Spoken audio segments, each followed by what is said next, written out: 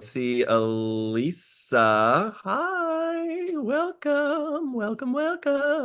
And we got Joshy and I'm Hunter. This is our very casual Friday hang at Light Magic AI where we bite and we banter and we want to hear from you.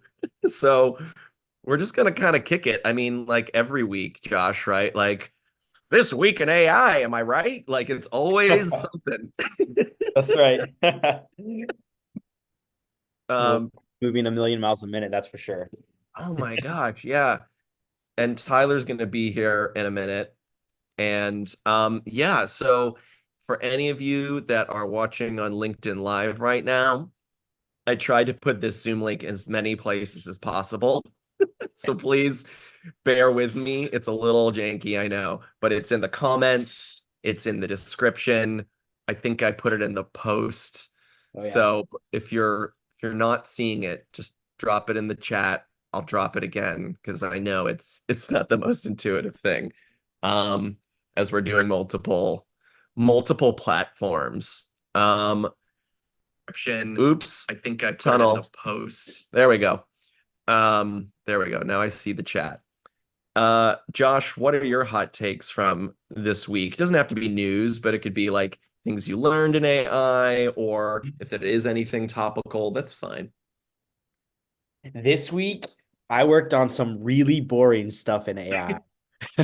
Like my whole world is like the business ops side of things, and Mm, the common theme that keeps like rising to the surface is like there's amazing product launches going on. Like Google released Gemini. It came to a lot of people this week. Devs are getting access. Like those things are really exciting. And there's lots of examples like that. But the work that we do is like can be very boring and tedious, like building document generating apps that like will help you write legal docs or ops stuff, like ops manuals and that sort of work. Like consistently with all of the hype that goes around, like I find myself like when the rubber meets the road, when I am boots on the ground doing work, it's like, all right, I'm gonna make this meeting assistant set up so that you can click a button and add something to your task manager, and that's cool. Allegedly cool. uh Hey, Rich, what's up, friend? Hello, hello. One sec. I'm gonna get on camera here. nice. Yeah, you do Welcome, you. This Rich. is our casual Friday hang. We bite, we banter. Alyssa says skipping school to hang. Welcome, Alyssa. Welcome, Rich. How you doing? Hey, great. How are you guys doing today? Good. Fabuloso. I love it. Rich, thank you for all of your support. I have to say, like, you've been coming to a bunch of our events, you're firing up the chat, you're reaching out. You're great. Thank you so much. You guys are great. I genuinely, and it's funny because I met with Tyler this morning actually one-on-one for the first time ever. And Oh, really? because we're all part of the AI exchange, and I just feel like it's been the biggest gift to be a part of this amazing community. And like my brain's on fire with like Love all it. the exciting things that everyone's doing, what you guys are doing, what everyone's doing. Like Carl, for example, like I know he's like big into the chatbots. Like it's following the like influencers of our channels. I'm like, these are great. I love this. Love it. Rich, I haven't met you yet. I'm Josh. Hey, What Josh. can you give us the like your elevator pitch on who you are, what you do in AI, like how'd you find your way here, all that stuff. Hundo P. All right. Elevator pitch. Marketing, traditional marketing background. That's what I've been for the last 15 years almost. Cool. Specifically in content creation. Discovered AI 2 years ago when I discovered Jasper.ai, and I think they're powered by ChatGPT. Didn't know what ChatGPT was at the time, but started outputting incredible content at scale. Like I could write a 2,000 word blog in like 30 minutes, whereas before it would take me 8 hours of like research, writing, editing, all that fun stuff. So that hyper accelerated my freelance business. But I fell into like I fell into a few sort of corporate roles as a customer success manager. So I help onboard and train people for software adoption. So I've worked at a couple of startups in San Francisco, Chicago, Toronto is where I'm based. So I'm currently at a startup called Street Context. They're in the financial services industry. So basically help onboard people onto software, get their adoption up, get them to really realize value through software. But the AI stuff is certainly something that's just been, again, lighting up my brain on fire because this is so exciting. Everything that you can do. I just can't believe it now. Like when I saw Tyler's like spider web of automation in the like meeting, redefining meetings thing of like being able to like pull out all these incredible rabbits out of hats through automation. I think that was like really, really insightful. So big goals for me moving forward is bringing my AI knowledge now to marketing, sales, customer success. So go to market. That's really the big thing. So I'm putting together some plans to have 2024 be my year. Love it. Cool. So you've worked inside and outside on marketing components, or have you just been freelancing and then you've been internal in other roles? I was kind of trying to sort through that. Both Okay. for sure. I started my career in like marketing, like an ad agency proper. So like working with clients there, did client side as well.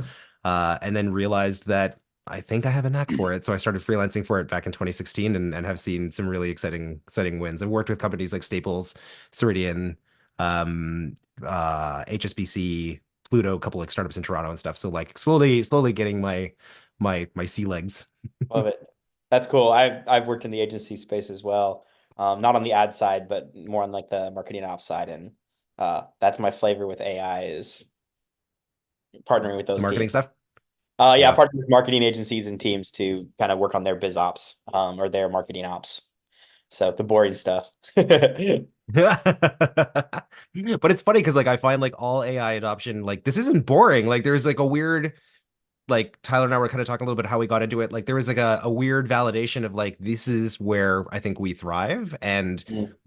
I was apprehensive to take on AI. I would genuinely thought that you needed to be like a rocket scientist to understand Yeah. it. And I felt unqualified to understand it. But as the synapses started firing off, I'm like, this is cool and I get it. And I think I could teach other people to do it. So it's just, yeah, it was very surprising.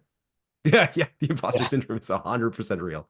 Oh Yeah. my gosh, every day. I had to identify with that so much, Rich. I had to work in tech for 2 years. So I had my first like tech remote job that came in during COVID, and it kind of just like fell Yeah. into my lap. And I was like hosting and moderating talks in the DE and I and B space, diversity, equity, inclusion, and belonging. And I was like moderating talks between like you know like CEOs and potential candidates, and it took me 2 years of working in tech to realize that I worked in tech. Like, because I was like starting to look around because it was part time, and I was looking around at other options, and I was like, oh, I'm not breaking into tech. I am pivoting already. But like, I had to host hundreds of conversations about this topic for other people for it to like sink in for myself. Absolutely. I remember there was a talk, there was one of the like jam sessions that we did. Um, I forget who it was. I think it was like Heather Ray. She had said something about like just update your little bio to like AI expert. She's like, no one's gonna question it. It's too new. We're all learning. We're probably on the bleeding edge of it all anyways. So it's like there's no like you have to validate yourself, and that's okay. And I think that there's some really exciting things to be discovered by that. For sure. Yeah. Like I've shared a bunch, like even when I first got into the AI exchange, like the early days when Rachel was doing working sessions, we talked about that this morning. Like I came in, set in the rooms, camera off, muted, because even though I've been in tech like most of my career, it's not been like Silicon Valley tech. Like I just felt like it was a different space, and it's just the imposter syndrome. And that's something that everyone like in that community like really echoed and dealt with. There we go. There's Melissa and Alyssa. How are you guys? Yay. Hi, Doing well. friends. Hello. I'm glad to be here. It's actually really cool listening to what y'all are talking about because for me, when I started AI, it was also during COVID because when COVID hit, I was in my eighth grade year, seventh, eighth grade year. I'm a junior as of right now. And oh, I realized that if I wasn't on the ball, my goodness, I was gonna like fall behind really quickly because trying to do school on just a computer when you're used to traditional paper, it's insane. But I'm currently uh indulging in a lot of AI. I I know Tyler already because we're in this little group, and I love my AI group. They're like little geeks. I love it. um, but what I do currently is that I'm also helping teach older uh, folk how to integrate AI into their like small businesses and such. Um, when I had started, it was also pretty daunting. I'm not even gonna lie. I was like, I'm not a programmer, but I started learning how to program, thinking that was gonna make it easier. It wasn't. It's really simple, and I realized that it's just baby steps and algorithms, and now I'm teaching that to other people, and it's real fun. I enjoy it a lot. I love it. And I also want to help with that in the education field, and that's what my mom is here for. So I'll let her talk now because she's a lot better at education than I am. So Alyssa, I'm going to be you are working for blowing her me one day because she away. gave me permission now, guys. Oh, Just realized. You two blow me away.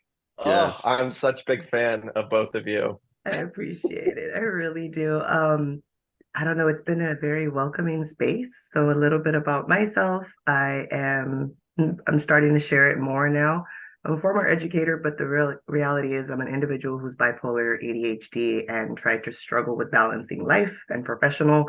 But I like to kick ass and still do things and get it done. And it just wasn't happening anymore.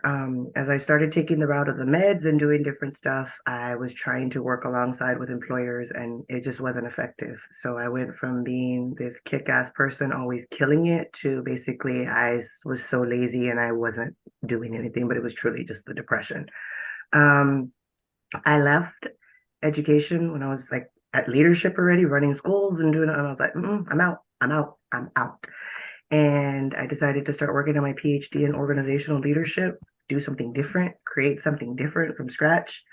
I started life coaching, and that term is like, ooh, so what do you do? And it was just really funny at first, um, but it made it a lot more opportunities to connect with people who were neurodivergent or on the verge of going and struggling with that because they had been pushing themselves for so long.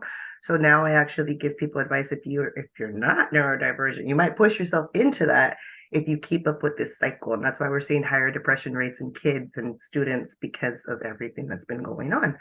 I eventually got recruited back in to start doing because I coached math for so many years and I would coach principals on how to like turn their schools into A-rated districts, that sort of stuff.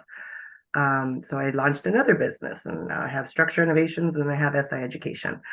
Um, couldn't figure out how to bring it all together and be open and honest with my stuff until I recently got fired from a job because I put in my paperwork that I was going to take a permanent leave of absence. The very next day I got fired. No comments, crickets. It's fine. It's perfectly fine. I had built a career and two businesses that were just sitting there and I wasn't doing anything with them. So you gave me plenty of time to go do what I'm supposed to do, take my benefits, and now I can write and talk and sing like a canary. It's great. So that's what we're doing now. This little girl got tired of me asking for a lot of help. And she's like, yeah, I know you're swamped, but do it yourself. And she would be very kind. And she basically started getting my emails and learning my tone off of them. So then we started working alongside with GPTs and different stuff. I'm like, so what is the tone? What is the direct thing? So I can hire more people off of Fiverr or different stuff. And then it evolved into like, let's just create bots for other people. So this little firecracker over here is doing all sorts of crazy stuff. We just made her the director of our AI programs because if I didn't, somebody in that group with Tyler was gonna steal her. So I knew better. I was like, nah, I need to hire my own kid quick. Um, keep it in the family. Yeah, I'm yeah. excited. But we're starting a nonprofit now to actually support individuals struggling with their mental wellness on the verge of losing a job and not, because we can funnel them through with the jobs that we are able to create with both businesses. So I'm excited with it. And it's all with the power of this AI stuff being able to actually voice that out there now. So just to recap, she runs two businesses, is getting her PhD. Alyssa is an honors student, plays on the basketball team, is Google certified and an AI whiz kid. And they're starting a nonprofit. like they're just running circles around us, man. I'm just like, oh my goodness. You guys are some of the best, like sincerely, the most fun folks that I've met in this. And like in one of Ann Murphy's live streams, hey Suzanne, the other day, it was Alyssa was in there, and Alyssa, correct me if I'm wrong, are you 16 or 17 now? I was thinking. I'm 16. I'm gonna turn 17 in 11 days, I think. Happy early birthday. There you go. Happy early birthday. Thank So on you. Ann's call, we had a 16-year-old. I think Alyssa was the youngest, all the way up to John Lawler, who's also, I've had the privilege of like getting to connect with him one-on-one too. He was the oldest gentleman in the room, sharp, like in his 80s, sharp, sharp, sharp, like it could run circles around me on this stuff too. It's amazing.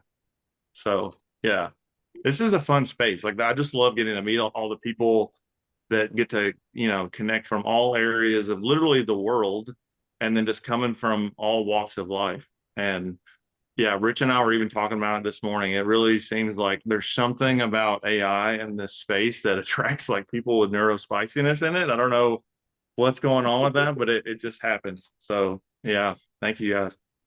Yeah, Suzanne, how are you doing? neurospicy in the house. When you said that, all of us on the call were like, "Yes, yes, we are your people." Yes, Yes. yes, yeah. No, Present. I think I fooled Kyle. He thought I was neurotypical because I'm organized. And I'm like, oh my God, I can follow you. That means I'm not neurotypical. Josh, what did you say yesterday about rent free? Oh, I can't remember what was living rent free in my head. Josh nailed something. He did a massive recap of Oh. like we had this long conversation. Someone dropped on the call. He did it like it was like Josh GPT. He went through every single talking point in like 3 minutes. And we were like, Josh, that was amazing. He's like, that's where my neurospicy lives for free, rent free in my head. Right. Yeah. Are we totally sure that Josh is actually here live right now? I feel like maybe he's no, we're not. generated no. himself. I've never met him in We person. canceled You? all of our note taker subscriptions. We've got him in here, so we're good now. Oh, dang. Oh man. So let's see.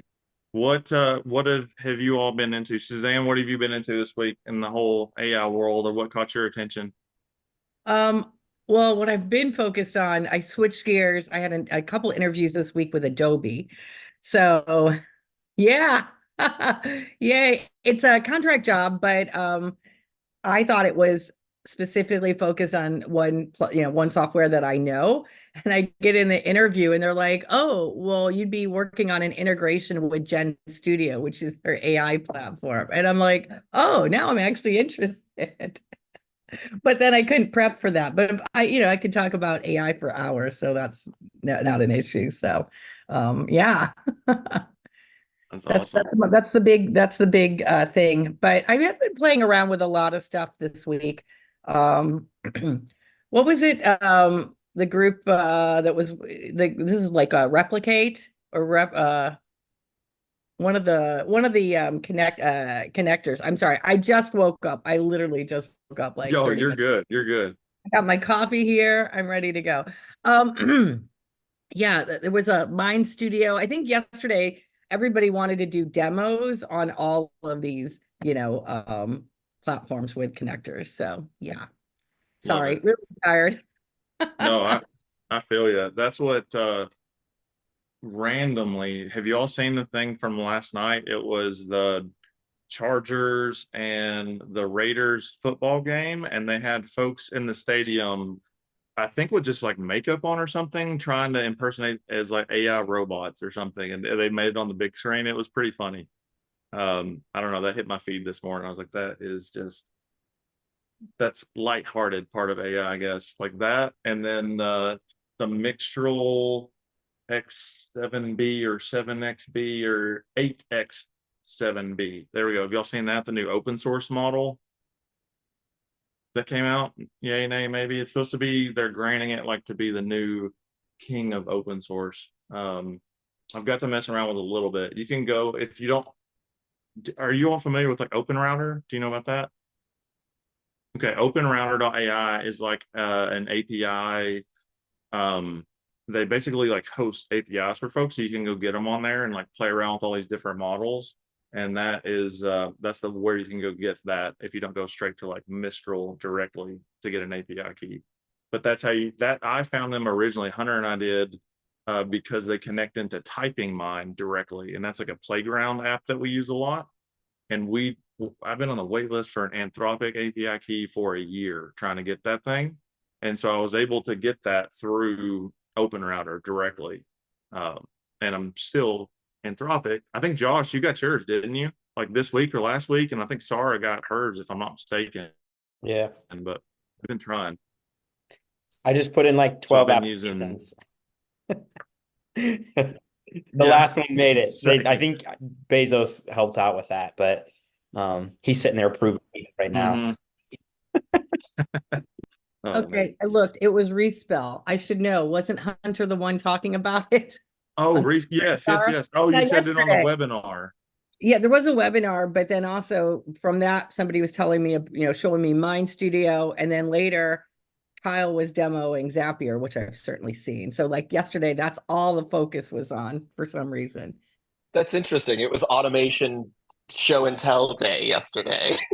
Yeah, I'm like, oh my God, every call I'm in, everybody wants to talk about automation.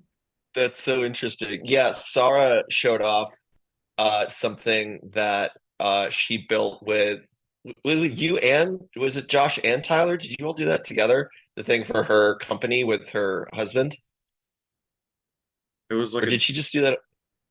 it's a Like one joint, of the yeah, it's a joint. Yeah, I think Josh did part of it, and then we came back through, and I helped her like do part of it too, like getting the prompts and stuff written for it. Yeah, so it's like the boys and Sarah made this really awesome automation for her husband has this company business that like does like interview prep on a very, very, very high level thing. And it creates all these different personas. So you can like do interview prep with these different personas and like grades it and rates it and like does all of this really cool stuff. And that's built in Respell, which we have a partnership with. Respell, Elisa or Melissa, have you played with Respell yet? It's pretty cool. It's kind of like it's like Zapier, but they're brand new. They literally just launched like last week, but we were in like the beta alpha and they've been like going for like a year. But it's kind of like Zapier, but built with AI in mind from the ground up. Respell, like it's a spell. Yeah. And coincidentally, we're light magic, and that's ends up being the one we use a lot. So we're casting spells over at Light Magic quite a bit. That was just a happy synchronistic moment. But they're really cool, and Josh and Tyler and Sarah and Michael really get in the weeds deep into the respells. It's pretty wild what you can do with it. Yeah. Suzanne, did you get so were you on the webinar yesterday or no? I've got to go back and watch the recording because I wasn't able to attend live. No, wasn't it in the morning? Like either at the same time at your other, maybe when you were meeting, when I was on the meeting with Sarah and Hunter. Yeah, I did see that, but then later I had signed up because you were talking about it. I either open up a tab for everything I hear, which is why I have 300 tabs, or I actually sign up and start looking at it, which is where I got. So then I got a recording from the demo, and I was like, all right, Yeah. but yeah, so yeah, that's probably what I'll be doing today. Carry over. Yeah, same. I've got to do the same thing. Go back and watch it, see what new stuff they've announced because they've got they were just talking about it a minute ago because we went and visited with John and his crew over at his CXO roundtables, right? Like that's John's community. I think it's CXO, not CRO, CXO. I think Anyway, it's CXO. Yeah. yeah. They were over there like talking to that community, which is really a cool community, and they were going over some of the new updates that I haven't even had a chance to play with all the new stuff yet. Josh, like, what, I know you've messed with some of that too, haven't you? Like, what's the newest thing in there that you've messed with, do you know? Sorry, I was multitasking for a sec there. We're talking You're about good, dude. No, we were just talking about like the new respell stuff that they shipped. oh, Like, yeah. So they're still ironing out some of the deets, but the main thing they've launched is their chatbot. L, I think is what it's called, L or Ellie. mhm. And its job is to help spin up spells too. And the way they're doing that, like they're rolling out more integrations with like platforms. So they have partnerships with HubSpot and with Salesforce and with Slack and Airtable. So what they're going to be doing is adding functionality inside of the platform so that you can basically chat to automate those things.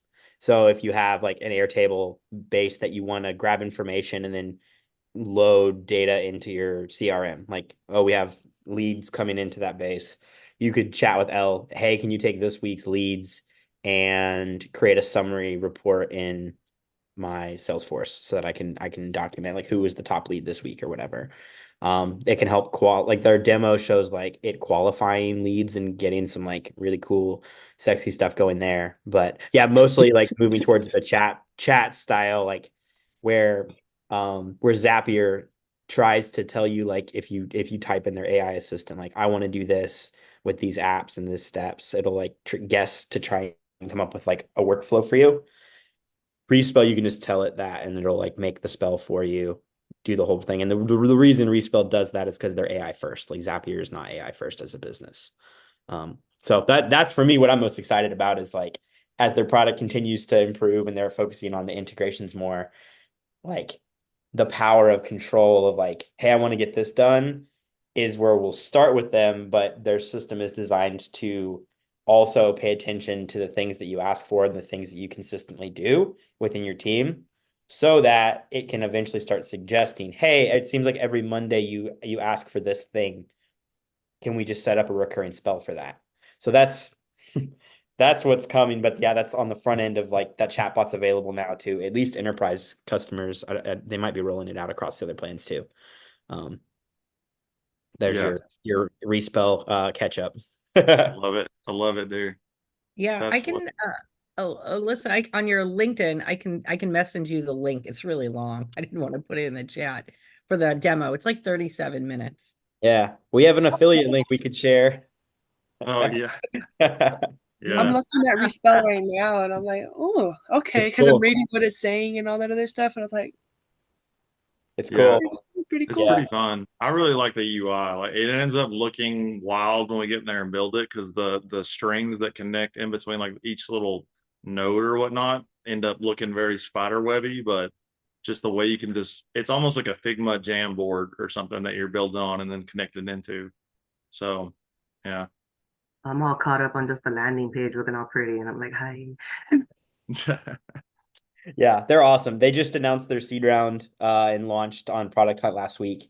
So they're ramping it up. Their dev team is awesome. They're doing some good work. So we're really excited because their platform is fun to use and helpful now, but the roadmap is like Mhm. I want to live inside this platform and do my work. So hopefully if you're new to it, you could test out some stuff. It's very quick to get like a concept out of your head and onto like they have an agent that can create a phone call and call somebody with an agenda. Like they have a research agent that can go searching for stuff on the internet or on Google or on YouTube, like to retrieve information. And like those are the sorts of things that a lot of people are looking for, but like they don't really have no code versions of agents like that yet in other platforms. So they're doing a great job at Respell. You know Yeah. what I was saying? Go ahead. Oh no, I was just gonna say like the phone agent is fun. I have a S name shortcut tied in a webhook to that will call and order takeout for me to Yeah. a local restaurant. Because it's not just like saying it can have a conversation, like it can understand like what the person on the other end of the phone is saying, and then just transcribe it and respond back to it with the goal that it has in mind. So like my shortcut just asks me what I want to eat, and then I tell it, and then it calls and places my order, confirms it with them, and then finds out like when the pickup time is. I don't know if you guys can hear that in the background. I've got kiddos running around, so if you can, sorry. But yeah, it's it's a fun app. Like there's a lot of really neat applications on it. Another thing to play with this weekend. I know. It's And yeah. it's good.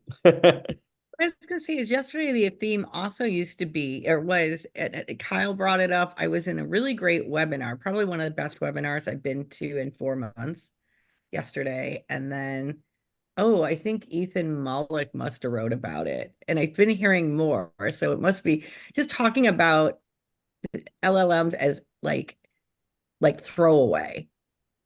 Like that it's for one task or one purpose, and it's really fine-tuned for that one purpose, and that's it. Yeah. That seems Nice. to be the other discussion theme I'm hearing. Yep. There's 10,000 plus AI tools now. And every major tool that's coming out seems to be they do one thing really good, and then they have like this list of other things that are like, well, we had to do that because everybody else is. And so right now it's a race for the a platform to emerge that's like able to keep all of its promises, like all the marketing promises and the demo videos that we see. But the difficulty, it's like it's extreme. Even like OpenAI and Google are still having to like manufacture their product demos in real time, right? Like, and if they're the big dogs and that's how it is, everybody else is in the same boat and struggling. Man, I think it's the next year is going to be fascinating because you could either have 100 different tools and do everything really well, or there's a mega platform that makes it past the threshold. And I I'm think curious. go ahead. Oh, I'm just gonna say, like, I'm curious just because I always love talking about this kind of stuff. Like, what has been some of like the aha use cases or like that you guys have done for yourselves or for clients like in the last little bit that really is jumping out? Because I for us, it always seems like it's what some of like the simpler stuff that ends up being the thing that makes the most impact for folks. I'm always curious to see what other people are like seeing when they're going out and talking about it. Also, while people are thinking on that, I was like digging through our respell just so you can see a screenshot. Look, this is something that Tyler built. This is bananas. Oh yeah. I know. I'm like, what is happening? Thank goodness we have Tyler, Josh, Sarah. Ooh, Sarah's coming. Look at that. Magic. Said her name, and here she comes. I'm just showing off your work, Sarah, with everybody. Hey, It's people. wild. How are you, friend? Good to see you.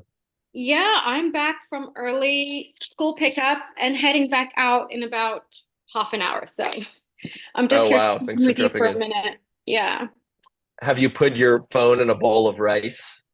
I did, and it worked.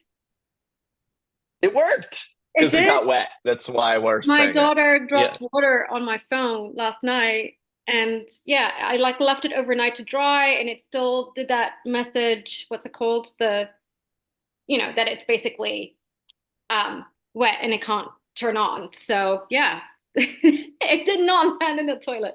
That's Tyler. But yeah, I just put it in like a bag of rice, the sealed bag of rice, and 20 minutes later it was working. So there you go. Next It's time, super absorbent. Yeah. I've had to do that once So or cool. twice. That's why I know that hack. Yeah. That was either YouTube Because you or did drop it in the toilet, Tyler. You're speaking from experience. probably, honestly. Yeah. Yeah. We had a fun experience with that the other day. Jackson, my 4-year-old, he's potty trained, but he dropped a flashlight in the toilet the other day. I got to go hunting for. So it's like the joys of father. Oh, mate. Let's see here. What are we talking about today? Chicken? Just AI? not What's on the chicken. menu? No, we're just Multi-beverage generation? that too. We have it like for real. Boom, boom. I've got one Yeah. beverage today. There you go. Like, oh, look, there you go. Melissa's representing.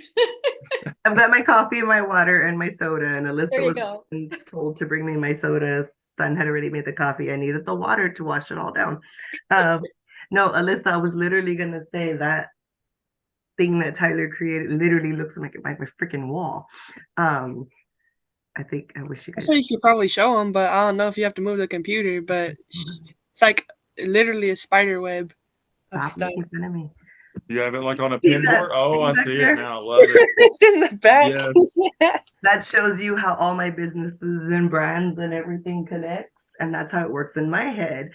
So like that would be really easy to adjust in the coding because I'm trying to teach her about the differences between, she's really good about presentation, experience, and the educational part because she's a student, so she already goes through that.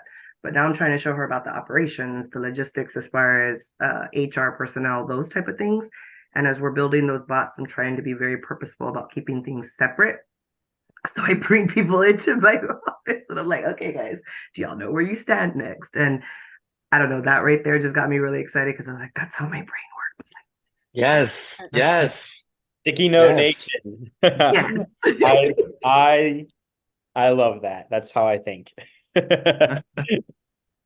While we're talking, I was like, oh man, I hope I get to work with Melissa and Alyssa someday. And then I was like, oh wait, actually, I would be lucky if they hired me. You're definitely the bosses. Like, Alyssa, you're the boss, applesauce. I just asked her to make sure she doesn't put me in a retirement home and like, please, like, keep me around. But the robots are very attentive to your needs over there. They're on it. Oh man, Alyssa, like I'm curious. So like you're 16, and so you said you're on holiday break now, right? Like, what is the scene like in school with AI? Because if it's anything like when we were younger, like because I'm 39, we're old. Hunter's same age, and like Josh is still a youngin' over here, but we were always like a step ahead of our parents, so I'm assuming that has not changed. Like what is it like in school right now with all this stuff?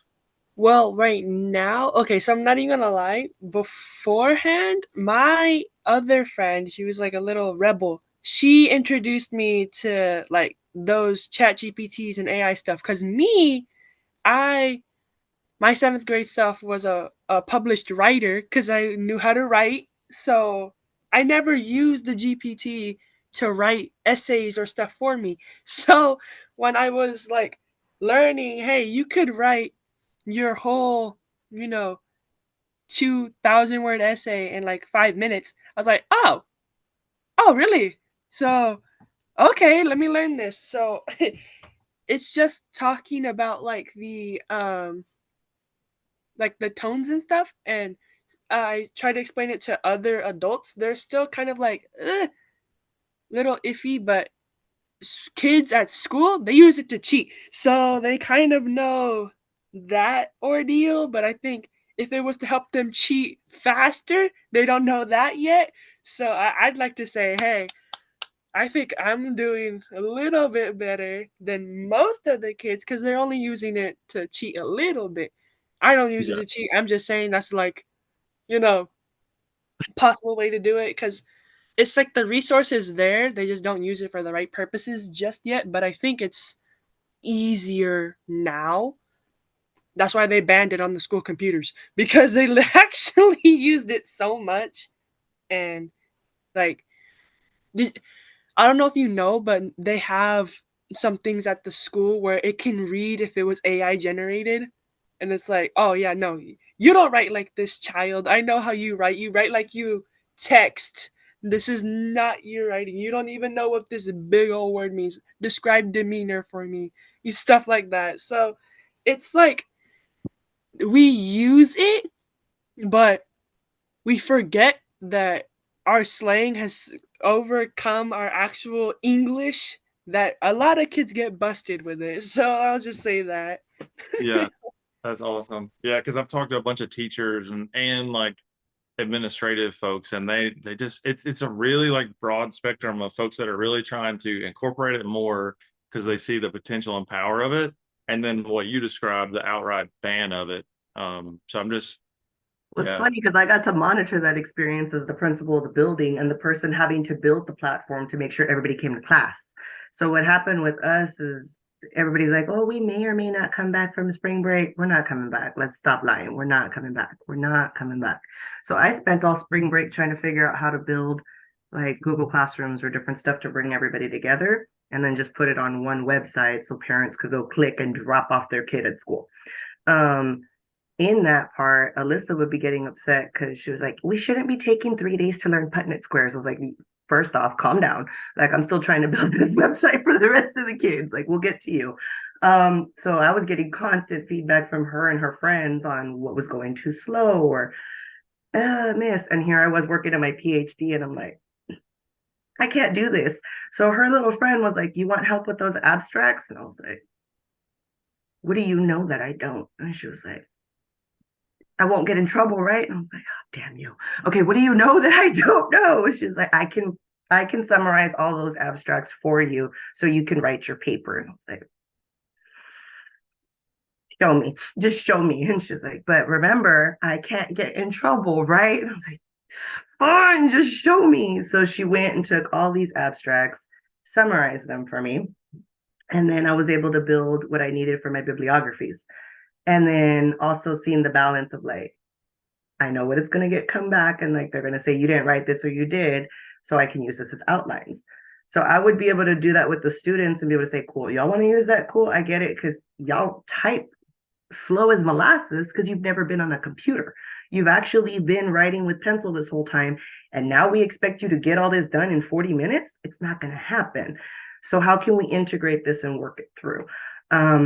So I had to start shutting down a lot of different stuff on the sites and putting a lot of things to I'm like, no, blocked, blocked, blocked. But at the same time, you have time to use it at these other times. So started building in programs to teach the kids about the coding and the different stuff. It's still not being used quite well, but I have somebody who's jumped on board with a nonprofit that actually wants to start it from a kinder baby age. So the vision is going to be my programs are going to teach them about the social, emotional, and like mental awareness from a very early age. And they're going to teach them how to use the power of AI to still make sure that we stay in compliance.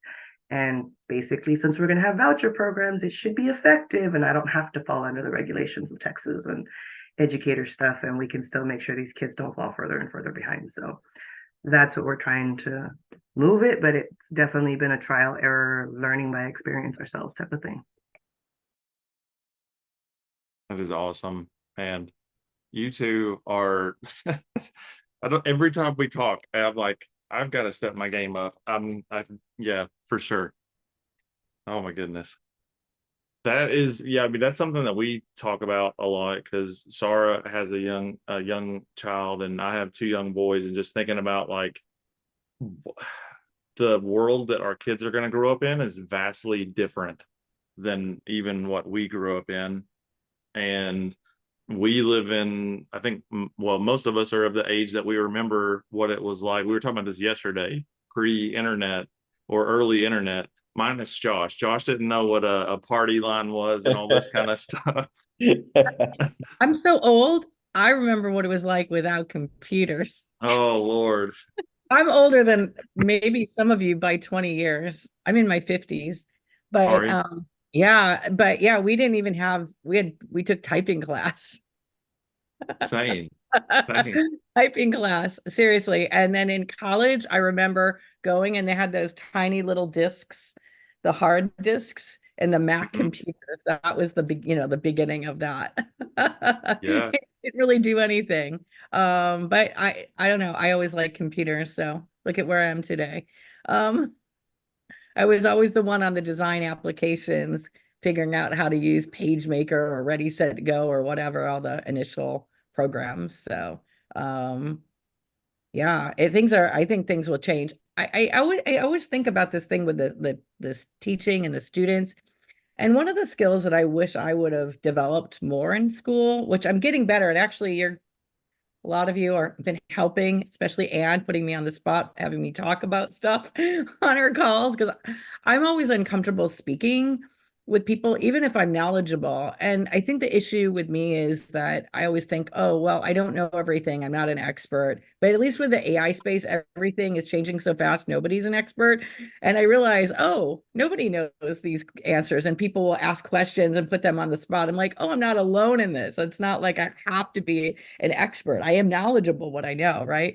But the just speaking in general, and I think about the way that, you know, like back when there was barely computers and that these are just tools, right? And you know, nobody wants to spend hours researching in the library anymore and doing all that stuff, and this just makes things so much faster. But you still have to come up with a concept for your paper. You still have to read through and figure out what you want to keep, but really maybe shift some of the focus on the presentation and the ability to answer questions. Because if AI writes your paper, you're not going to be able to stand in front of a group of people and give a 5 or 10 minute presentation and then take questions from the class. You're not going to be able to think through that. So I think if you shift that focus onto that skill, then that's a really great skill to have, you know?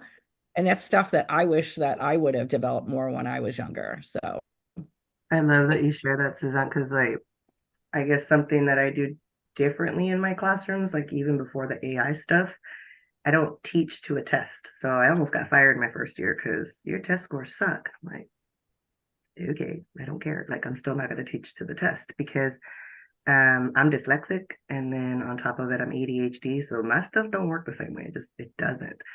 And I had to teach conceptual because so many of these kids had so many gaps. I was like, you still don't even know what 5 times 7 is, and they're asking you for the freaking square root and then go solve for like the area of the circle. You don't even know what pi is. You think it's actually like a slice of food. This isn't going to work. I need to like get you all to collaborate. It's funny how when you have a conversation with someone else who's a friend and not a teacher and not an adult, and you don't hear wah wah wah wah wah, wah no more. Like you actually hear them talking, not like a Charlie Brown type of thing. And when they can connect with their friend, they're like, oh, Miss, why didn't you just say that? It's like, I've been saying that. But they would do a cooperative approach to where they would have conversations. And then kids started like, oh, I get it. One of the things I built into my classroom was you were required to do group work. So you had to talk. And they were like, I don't talk. I don't talk. I know. So we're starting small. We do partner work. And I would group them up on levels of people that made them feel comfortable. So it was high, medium, mid, medium, and then low, medium.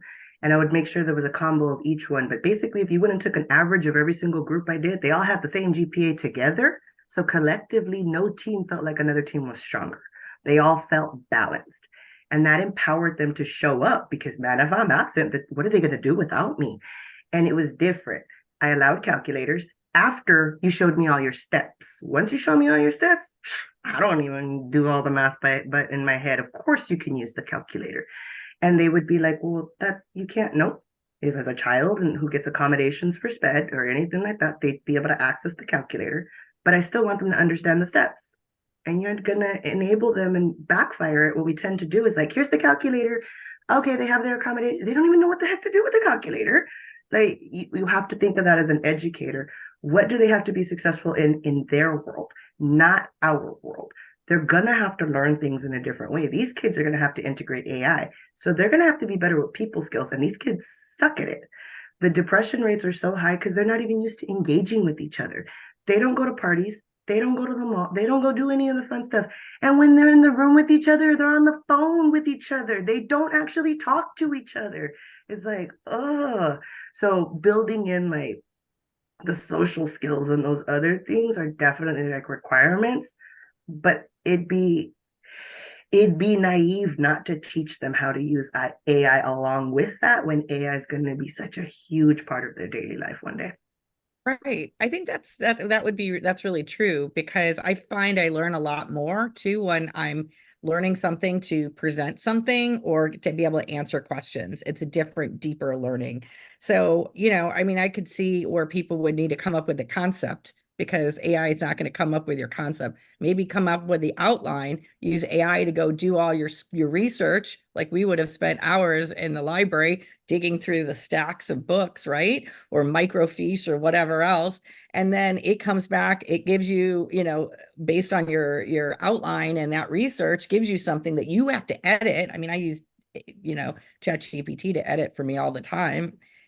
Adults have editors. You're a book writer. You have an editor. People have editors, right? You have that editing back and forth, and then you learn it enough to be able to talk about it, you know, without it in front of your hand, without a teleprompter, if you know it deep enough. And then I think that would help develop those skills. So that's kind of what I was thinking, especially my brother's a professor. So I was kind of talking through it, to him because, I don't think trying to avoid it and say you can't use it. I just think that's the wrong, Well, that's it's kind of like something that we teach in public schools. Like they'll talk about it, the different 12 principles that they teach in public schools versus private schools.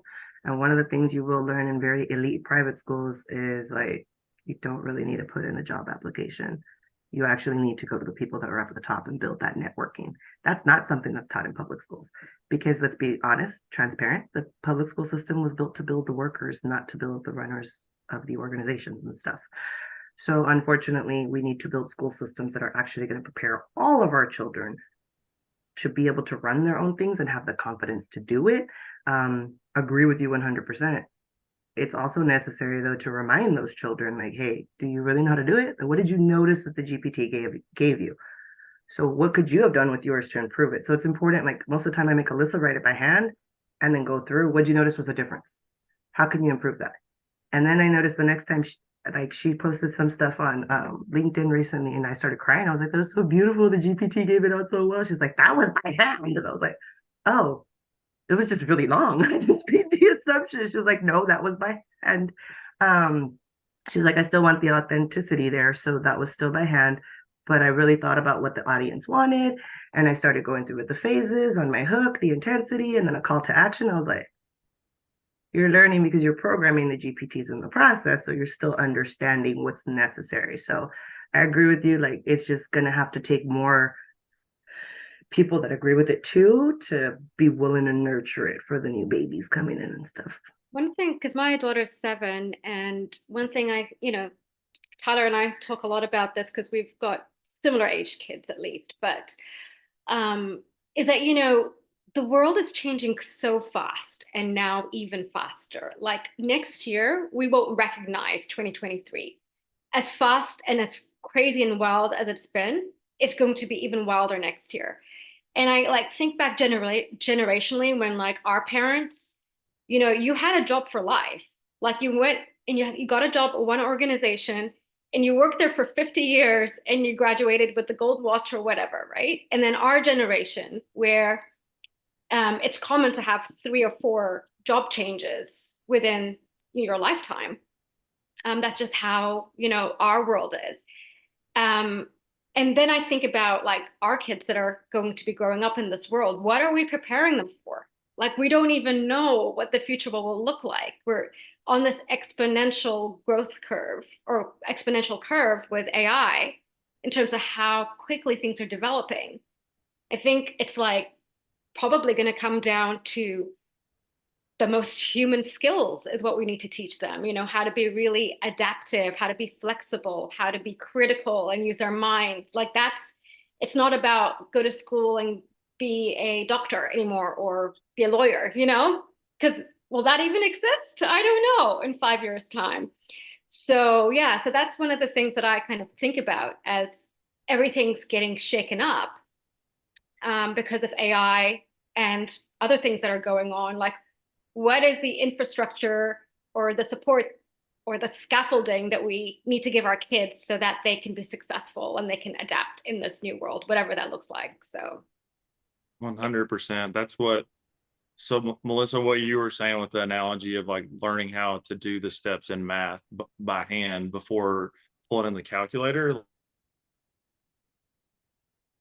foundational things that young people are going to need to learn is like not even just how to interact with the GPT, but it's going to need to become like a core part of education on how do you prompt?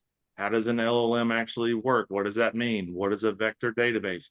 how do we know if it's hallucinating or if there's biases in there? Like all of these sorts of things, because they're gonna grow up in a world that you can just get the answer immediately to anything. But how do you know it's the right answer?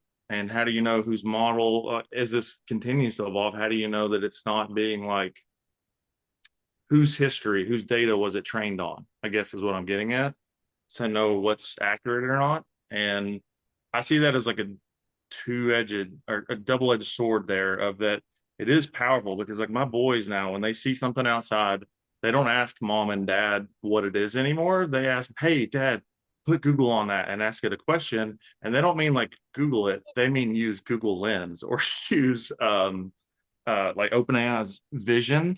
So they can, like, it could literally be like a flower or a plant or a bug, because like we're in that stage right now, which is cool because they are stinking smart kids, and at a faster pace.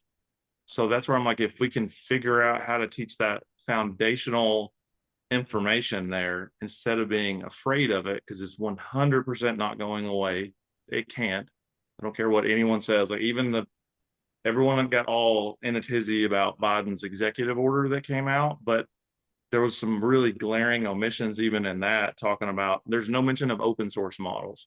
So I'm still like, I've had a lot of conversations, and we do too, a lot about as far as like responsible and ethical AI and how do you regulate for that. My opinion is that we bring more people to the table to understand them, to understand how they work, and to bring their voice to it, because I just don't think that our current systems and governments and regulatory bodies are built for that kind of speed. I just don't. So yeah, I that's agree with that. I think the aha, or like the more painful part, especially being an educator who's pushed people to go to college and who's pushed like for all these years, like that's the only way, guys. That's the way that you can close the gap and make sure you have that opportunity. When this little girl told me that she wanted to like actually withdraw herself from the public school that I've had her in all these years, and she's like, I want to homeschool. And I was like, wait, what? But I wanted you to hold the big old banner so I could be like, my kid got into college. What do you mean? What do you mean? Don't do this to me. And she was like, I want to be homeschooled. She withdrew herself from school. I was like, well, what am I going to do? Tell her stop? I emancipated myself at 17. I can't stop her. So she withdrew herself from school. She enrolled herself in the local university. She did it all by herself. And then like takes it upon herself. She's like, oh no, actually I found out who the principal is at this other school. I'm going to go ahead and re-enroll myself at that. But she had the logic to decide the decisions for herself. So now when we're in the groups with everybody and they're like, don't make her to go to college if she doesn't want to. I was like, honestly, I won't. At this point, I don't even know why I went to college anymore. I'm like, what the heck? So we've chatted about that, and she's been very clear. She's like, if I get a full ride, of course I'm gonna go. It's another piece of paper I can put under my belt. She's like, but if I have to pay for it, I'm not going. And I actually support it, because years ago it would have been like, nope, you're going to college, going to college, going to college. And she was the one who told me, watching me, she had to shift her mind that she didn't have to have a job. She actually thought it would be better to be an entrepreneur or running her own thing one day, and that she had to watch me fall on my face a few times. So it's been great that she's been able to fall at that right timing or alongside with me so she could see it.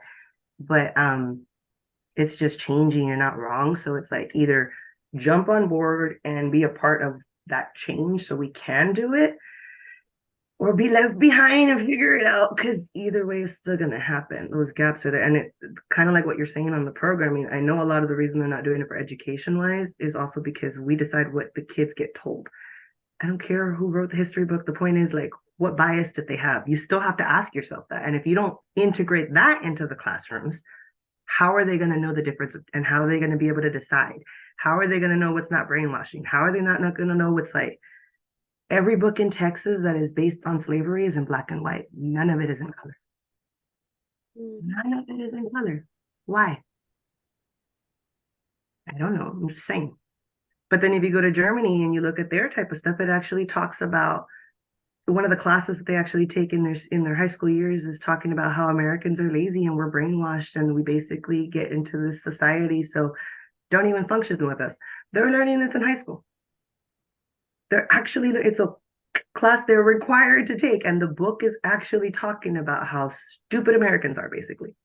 And that's what they're taught. So that's where the leaders are trying to decide, well, how much do we get to decide if that's the route that we're taking? So that's where Biden's like trying to put those other things too, because they're trying to filter them out based on different governments.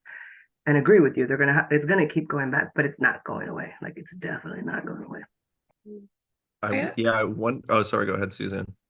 Oh, if you're on this, I was going to kind of sidetrack a bit, but you can. Oh, yeah, I was just gonna say, well, we're pretty much at time, and I was like, that's amazing, but I was like, Melissa, I love everything you're saying. It's so all of you, like Melissa, Alyssa, Sarah, Suzanne, like it's just so incredible. And I was thinking about like, will there be a global LLM data set, right? It's because it's like Germany is one extreme example, just like what you were saying.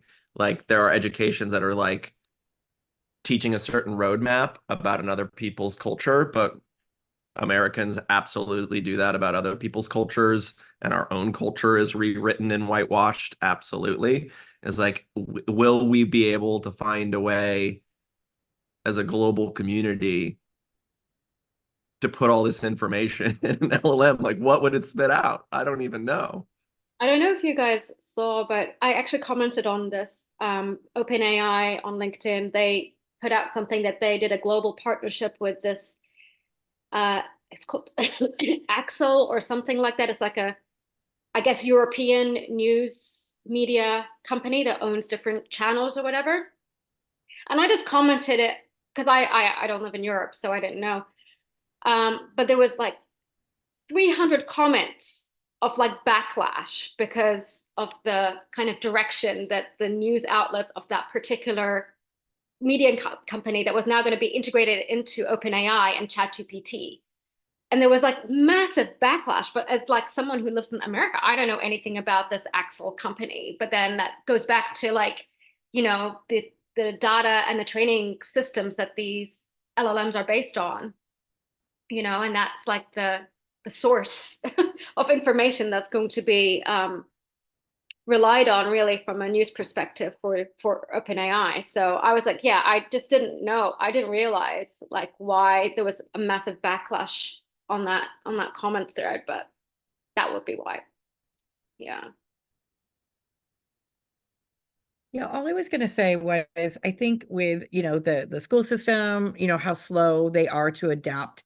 And then also I come from enterprise, and I've been thinking about that as I've been interviewing with different companies and some of the reactions, because now I don't care. I always bring up AI in every interview. And if people are looking at me like, oh, I don't know about that, then it's probably obviously the wrong company for me. But I just thinking about how long the road, the timelines are for adapting anything and rolling out anything. I think it's going to be years based on the, kind of the people, the fear, people not wanting to, change, shift their roles. I think some of these enterprise companies, unless they're really like at the cutting edge, it's going to take them years. So I know we're kind of in our little bubble and we see how fast things are moving, but not everybody's going to be moving at the same speed. 3 years from now, there's still going to be people who don't really use AI in their job, and they should be. There's definitely companies, even companies. That's the thing. Like with the interview that I had yesterday with Apple. I mean, not Apple. Adobe. People are calling me out Apple today. Every other day, there's somebody calling me about another job. So the Adobe one, yeah, that's still not rolled out, and that's a large organization, and a lot of them are still not using those tools. So how long would it take to get that rolled out? A year from now for people to be using the Gen Studio tool?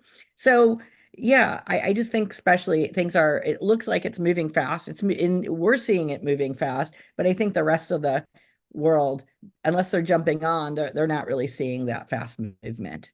I think For we're seeing sure. it move more fast because we don't have as much invested already in our systems and procedures to where we can use AI to actually make things faster. So we're more opted for it. They're more reserved because they're like, but that wasn't in our next 5-quarter plan. So that's not in the budget. That's a lot of money. Are you sure? And they're getting a lot of pushback from different people that are focused on their individual tasks and such. And unfortunately, Alyssa sees that, but she's making bank. It's like, hey, $2,400 for a bot. And they're like, sure. And she's like, it might break later. I'm giving you the heads up. It's fine. I paid someone 2,000 to go fix my stuff. And she banking it. And she's like, so feedback, I think you need to start learning these skills. You can take my class so you can start learning. And it's funny because they are the pure example of like, nah, what's the fastest way to make the money? And she's trying to remind them what's the best way to not fall behind so you don't have to make more money. And yeah, it's going to take some time. It's that stubbornness and that greed. Yeah, and I think it'll put us all in a good position, especially since you're with your company, and that is these companies, they don't want to spend the money now. They are not hiring for these roles yet. I mean, I'm looking at the job market. I'm not seeing these jobs yet. If they're not hiring for them, well, when are they going to hire these people? They're expecting they're people who don't want to change to just bring in AI. I just don't see that.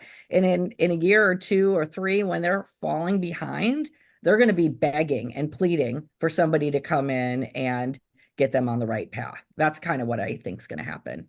I think that's spot on because I sign up for LinkedIn job alerts just to see what's happening in like AI and prompting. And a lot of what I'm seeing are like startups, mid-level. Oh yes, shout out to Francis. Francis is here.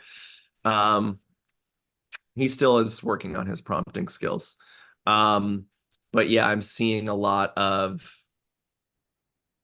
like mid-sized companies and startups, but none of the big ones for They're like not. prompt engineers and stuff. Yeah. They're not, but it's also the roles, like the jobs like in operations or finance or HR, all that is going to need to shift. And knowing and working in large companies, even like, I worked at Walmart for 10 years, even they may have emerging tech, they may have their own like chat GPT internal version, they may have all that, but it's not trickled down to the everyday person and how it impacts their job. And knowing how long of roadmap to roll out just basic software, it's going to be 3 years before some of those people will be doing some of this stuff. And that's what I'm saying is I know how much Walmart spends on consultants because I managed the consultants and brought them in to do some different work. These smaller companies, they're going to be some of the ones who are resistant now, they'll truly realize they're going to be losing their edge and they will be begging. 3 years from now, they will be begging people to show them where they've gone wrong. And they're going to have missed that opportunity right now where they could get ahead. For sure. There's something. Sorry, go ahead. Sorry. I was just saying, mic drop. Yeah, for sure. Yeah, there's something to be said about being like agile right now as a business, for sure, to be able to test this stuff out and can 100% confirm what you're saying, Suzanne, from just like meetings that we've had that in larger enterprise organizations, there's friction there. But a big but is there is a big groundswell of folks trying to get this rolled out in these organizations big time. But it really boils down. I don't remember if it was Melissa, if it was you or Suzanne that said this, but it boils down to fear. Like that's really what it is. It's fear of like other folks that are already in the organization that are scared that everyone's scared that AI is going to take their job. Everyone's scared that they're not going to be able to make their own money in whatever way that looks like, which is why it's important that these conversations start being had within organizations to have a strategy around that, because this is still coming. And like, would you rather have put the effort into having these discussion and put these plans into place of when we get this efficiency, like how is everyone going to benefit from that? Because that's what we've had in the talks when we work with folks, is that it's important for us. Like if you're going to take all this new AI tech and then send that straight to the bottom line on your profit line and cut half of your workforce, like we're not the team for you. But if you want to have the talks of like, now that we've got everyone freed up, what are the next things we can do? Or how about we just have like a better work-life balance? Like the 40-hour work week is a myth. You know what I mean? Like that is a thing that has been put in place since, when was that? That was back in, was that Henry Ford, I believe, that put that on, if I'm not mistaken? I believe that's correct. Yeah. And that's just stuck. I'm a proponent of that. I think that adding rest back into your business and giving people a chance to pause, especially at a time like this, because we're at such a pivotal moment, is what's going to give you the breathing room to figure out to do with this tech in your business, because you need to be working on it one way or another. Because like we've all been saying, it's coming down the tracks. It already is down the tracks. It's here. Well, I was looking on LinkedIn. There was a post that I was reading yesterday, and I was really shocked. I'm really shocked sometimes I read these comments, and these people were talking about being on time and how these people, there was somebody who was like, I don't know, 45 minutes late because their Wi-Fi dropped, and that they didn't reach out to their supervisor to let them know. And I'm like, that's making an assumption that everybody's low level and that they're not responsible. And there was a whole sense in there that people should be absolutely working 40 hours a week and be there from 8 to 5 and clocking in. And I'm like, not everybody's like a help desk or an admin or a call center person where you have to be on time. Like, where's the freedom of this is what I need to accomplish? And then I'm free as long as I'm showing up to the meetings I've agreed to attend or the meetings I'm holding, like get their work done. And I think there's still even a lot of resistance to letting people be able to work freely. People are so afraid of people working that way. So certainly they're not going to like the idea that, oh, wow, they can use these tools. And now they're freed up to do even more strategic and conceptual work. I just don't, I think there's going to be a lot of resistance. Yeah, I agree. We've definitely seen the resistance, but at the same time, we've seen so many people that are just ready to just dive right in, which is encouraging. But it's just like with any big change, people hate change, even though they don't want to admit that. And that's actually like that is a normal thing. That's part of the way that your brain works. It's trying to keep you in what you know instead of moving into something that is unknown. And what is that? I'm going to try and talk about this, and I can't remember which part of the brain it is, but it's that The reptilian part of your brain that actually forces you to store energy, because as evolution has gone by, we were supposed to be cavemen stored in there and hiding and storing energy. So you're supposed to go into like a retreat and stick with what's familiar. It's just instincts. Exactly. Thank you. Dynamite. Boom. Boom. Well, I'm like, if I can't think of it, it's Melissa GPT or Alyssa GPT. What's the answer? I love it. Well, thank you so much for hosting these meetings. Hopefully one day I'll have a job and I'll have to be on a call, like be at work, but I'll enjoy them in the meantime. Well, maybe when you land that amazing role, you'll hire us. I was gonna say, let us know how that goes. I want to know how that goes. That's yeah. Well, I think the Adobe, I've had quite a few interviews lately, because I know the job market's really bad. And I've been, my boyfriend's like, oh, just don't take a job and hold out until you get a job doing something in AI. And I'm like, well, I just don't see the jobs posted. If I saw the jobs and I had faith that companies were moving as fast as I'm moving, then I'd be like all over it. Because I do change management and software implementation. That's my background, for enterprise. So so this is super, and changing workflow. I do workflow and process kind of. So this whole thing is like right in my wheelhouse, bringing in change. And but I'm not seeing anything, and I think it's going to take 6 months or a year before companies start shifting when they realize they're falling behind. But yeah, so the Adobe thing came up, and then when I heard the AI piece of it, I was like, okay, yeah, I can do that. So let's that was my second interview. So hopefully I you hear need something. to take that job and then keep talking exactly about what you're talking about. So Adobe knows someone else is going to steal you later and just makes the job for you in 6 months when they finally decide. Like, because you're spot on talking about it. But if you know systems and stuff, then you'd literally be the person that can help them integrate and do that one day. So just keep talking about that. Keep talking about that. So that way people will not be like, didn't you just get a job? Rather than like, you're not wrong, let's move you here. And I think that would be your best approach. Well, thank you. Yeah, it is an implementation job, and they actually have to roll out their new tool. It's only rolled out to only 150 people, so they need to roll it out to thousands of people within Adobe. So, yeah, but because I even ask, I'm like, well, it's Adobe. Is everybody like excited about AI or is there resistance? So you just never know, right? People don't like change. That's it. No, I have to dip, but so nice to meet you, Right. Suzanne, Yeah. Melissa, Alyssa. Join us Yeah. again soon. Yeah. See you out there. Thank you. And nice to finally meet you, Sarah. And Likewise, Suzanne. We're here live, so there we go. Nice to meet you too, Sarah. I've heard so many great things about you, but I've not actually been able to get to meet you. Yeah, I really enjoyed meeting you both as well. All three of you. It's awesome. Tyler, we got to chat more because we got to talk about that neurodivergent live talk that we said we were going to do because I'm going to roll all that stuff out in January and such. Oh, yes. So, yeah, our entire team is neurospicy, Melissa. So you can literally Do reach one out interview per week. You see how it's working, Alyssa? ever you want. We're here for you. Absolutely. I love it. Thank you Y'all for are supporting awesome. us too. You've been like so awesome, firing up in the chats and like commenting and showing up to events, and like I'm just so grateful to be like in the Zoom room with all of you.